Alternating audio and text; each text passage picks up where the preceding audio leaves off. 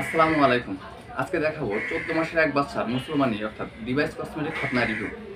এই ভিডিওটি দেখলে আপনারা বুঝতে পারবেন যে কত ছোট বাচ্চাদের কত সহজে ডিভাইস কসমেটিক খতনা করানো যায়।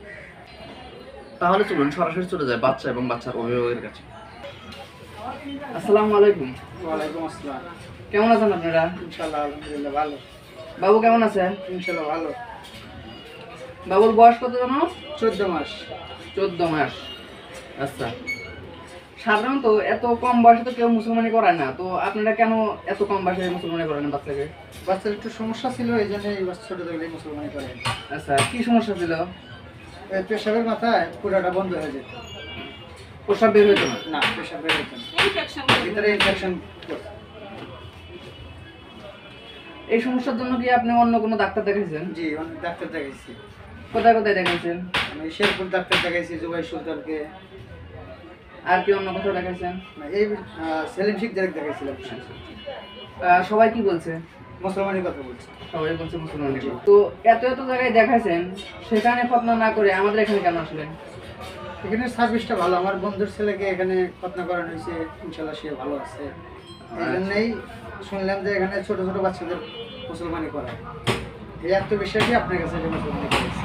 আচ্ছা, যে আপনি যে আত্মবিশ্বাসে আসছিলেন, সেই আত্মবিশ্বাস কি আপনার সফল হয়েছে? জি, ইনশাল্লাহ সফল হয়েছে। আচ্ছা, আপনি যখন সিদ্ধান্ত নিলেন যে আপনি ডাক্তার দিয়ে খতনা করাবেন, তো তখন আপনার পাড়া প্রতিবেশী আপনাদের কিছু বলে নাই? বলছে, অনেক ভয় দেখাইছে।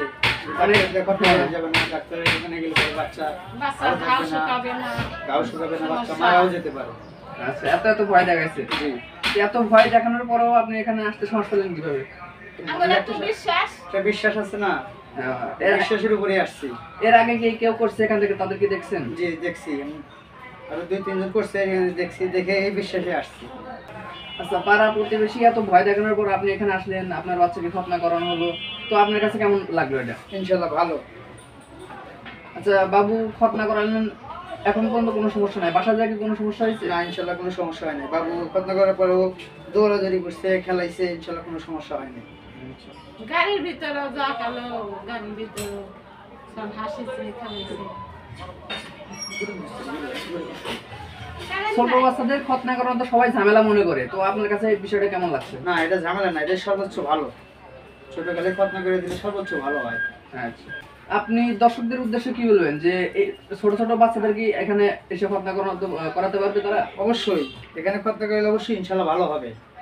প্লাস আমার বন্ধু বান্ধব যতগুলো ছেলে আছে, আমি চেষ্টা করবো ইনশাল্লাহ তাদেরকে এখানে তার বাচ্চাদের খতনা করে দেওয়ার জন্য। আচ্ছা, আপনাকে এত সুন্দর তথ্য দেওয়ার জন্য অনেক অনেক ধন্যবাদ। আপনাকেও ধন্যবাদ এত সুন্দর চিকিৎসা দেওয়ার জন্য। সুপ্রিয় দর্শক, আপনাদেরও ধৈর্য দেওয়ার ভিডিও দেখার জন্য অনেক অনেক ধন্যবাদ।